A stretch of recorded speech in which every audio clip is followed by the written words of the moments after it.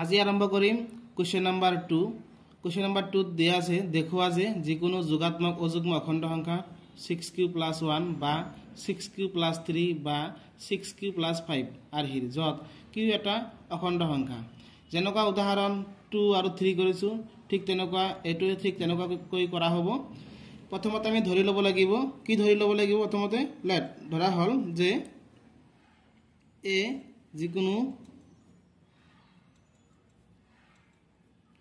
যিকোনো কি আছে যোগাত্মক অযুগ্ম অখণ্ড সংখ্যা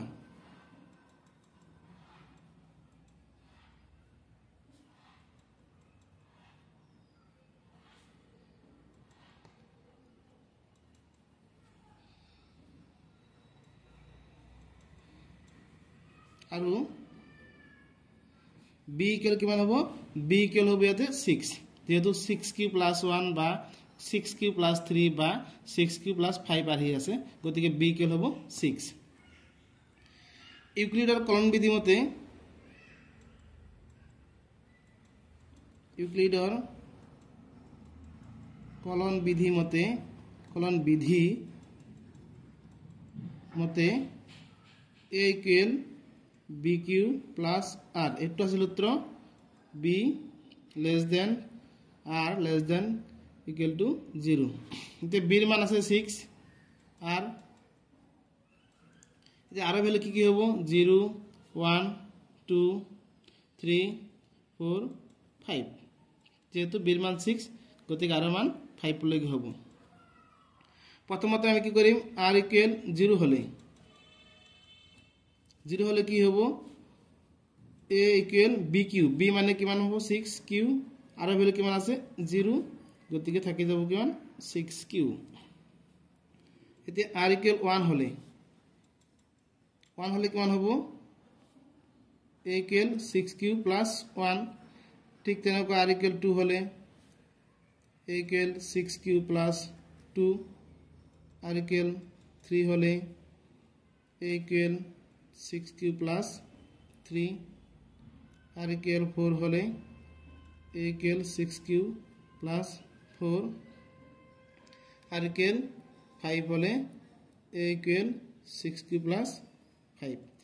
এটি আমাৰ প্ৰশ্নত যেহেতু উল্লেখ আছিল যে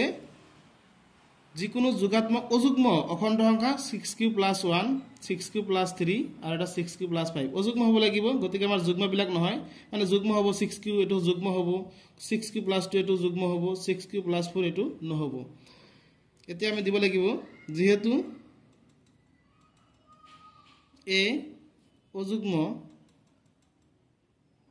অখণ্ড সংখ্যা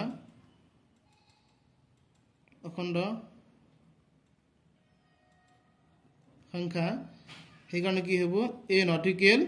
6q এটো হ'ব নোৱাৰে তাৰ মানে a not equal 6q + 2 এটো হ'ব নোৱাৰে আর লাস্ট আর এটা হ'ব a not equal 6q + 4 এটা মানে এটো হ'ব নোৱাৰে হেহে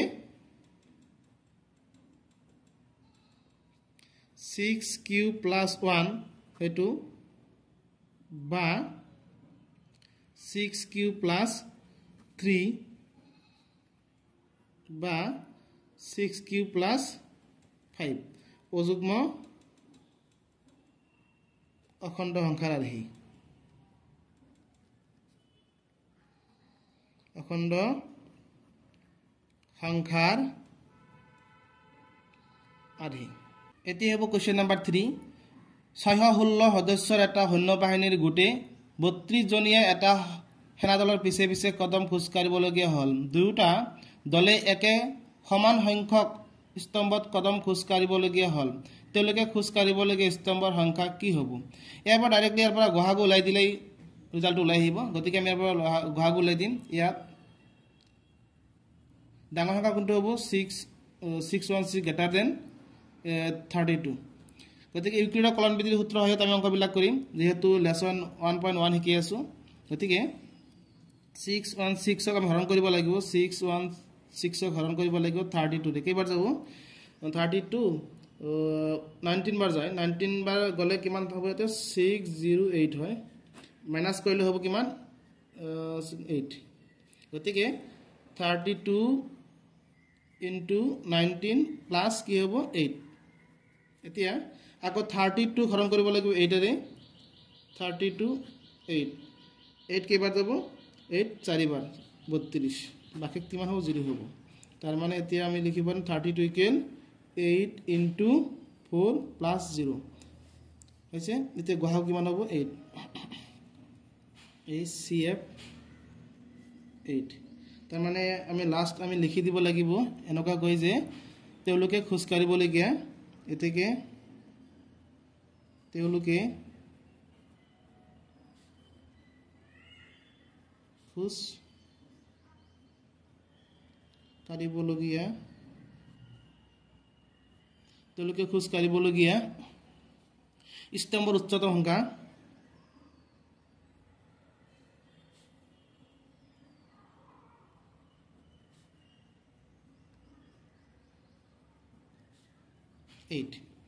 এতিয়া আমি চাম কোশ্চেন নাম্বাৰ 4 কোশ্চেন নাম্বাৰ 3 লগত প্ৰায় একে অলপ বেলেগ হ'ব ইকুৱেটৰ বিভাজন প্ৰমেয়কে ব্যৱহাৰ কৰি দেখুৱা যে যিকোনো যোগাত্মক অখণ্ড সংখ্যাৰ বৰ্গই 3m নাইবা 3m + 1 আছে যত m এটা অখণ্ড সংখ্যা ঠিক আগৰ দৰে কৰিম ধৰিব লাগিব ধৰা হল a যিকোনো কি হ'ব যোগাত্মক অখণ্ড সংখ্যা যোগাত্মক অখণ্ড সংখ্যা আৰু b ইকুৱেল কিমান হ'ব 3 ইউক্লিডৰ কনভেন্সন মতে ইউক্লিডৰ কলন বিধি মতে a equal bq plus r b এর ভ্যালু আছে 3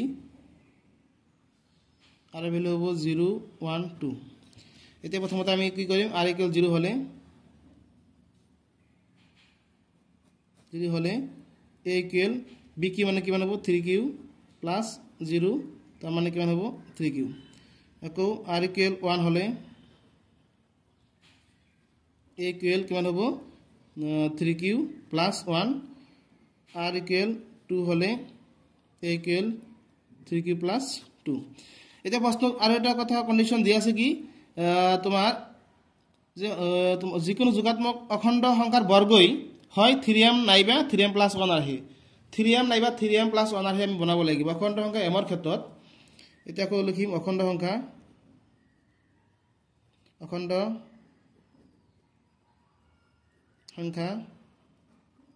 m এৰ ক্ষেত্ৰত বৰ্গৰ প্রকাশ রাখি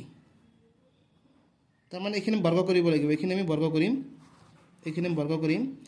প্রথমতে করিম কি 3q হোল স্কয়ার তার মানে কি হবে 9q স্কয়ার 9 ক আমি ইনটু করিম 3 ইনটু 3q স্কয়ার তার মানে কি হবে 3m যত লিখি লব লাগিব তার মানে 3q স্কয়ার ঠাইত আমি কি লিখিছো m লিখিছো গতিকে যত m ইকুয়াল 3q স্কয়ার আৰু কি হ'ব 3q + 1 এটু কৰিম এতিয়া 3q + 1 হোল স্কয়ার কিমান লিখিম a + b হোল স্কয়ার হ'ব a square + 2ab + b square formula মতে কৰিলো ইয়াৰ পৰা লিখিম 9q স্কয়াৰ 3 * 6q + 1 ইয়াৰ পৰা আমি বনাব লাগিব 3m + 1 গতিকে 3 কমন লম 3 3 is 9 q square 3 2 is 6 plus 1 common loss 3 এতিয়া 3 এইখিনি ঠাইত আমি কি লিখিম m লিখিম plus 1 এটা আমি লিখি দিম যত m equal 3q square plus 2q